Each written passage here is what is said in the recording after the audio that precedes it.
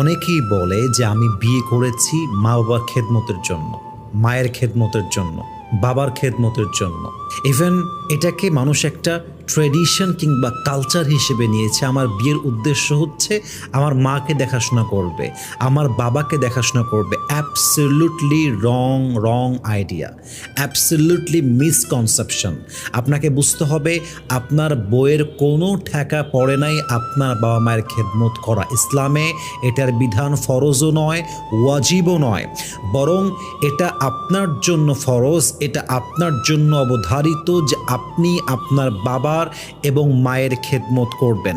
Even আপনার জন্য এটা উচিত সামর্থ্য অনুযায়ী বউকে আলাদা রুম দেওয়া, আলাদা বাসা দেওয়া, ইভেন বউয়ের কাজের জন্য তার কাজের একজন মহিলা অ্যারেঞ্জ করে দেওয়া সামর্থ্য অনুযায়ী। এটা আপনার জন্য ইসলাম দায়িত্ব হিসেবে দিয়েছে, ঠিক কিনা বলেন?